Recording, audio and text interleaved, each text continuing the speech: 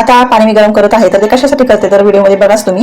तर ना आपण जेव्हा कुकरची शिट्टी असते ना, तर ती कुकरची शिट्टी एकदम तेलकट आणि चिकट झालेली असते बघा. आपण जरी कात्यानं घासली ना तरी एवढी शिकलीन काही निघत नाही. तर त्यासाठी बेस्ट असा उपाय म्हणतो ना, तर आपण काय करायचं की शिट्टीचं जे वरचं टोपण आहे ना ते खोलून घ्यायचं आणि शिट्टीचा जो स्क्रू आहे ना तर तो निघण्याची शक्यता असते, त्यामुळे ते व्यवस्थित खोलून घेतलं. त्याच्यानंतर ते गरम पाण्यामध्ये टाकून द्यायचं आणि त्याच्यामध्ये निरमा पावडर आहे तर ती टाकून द्यायची आणि त्याला थोडंसं गरम चांगलं होईपर्यंत आहे ना ते हलवून घ्यायचं.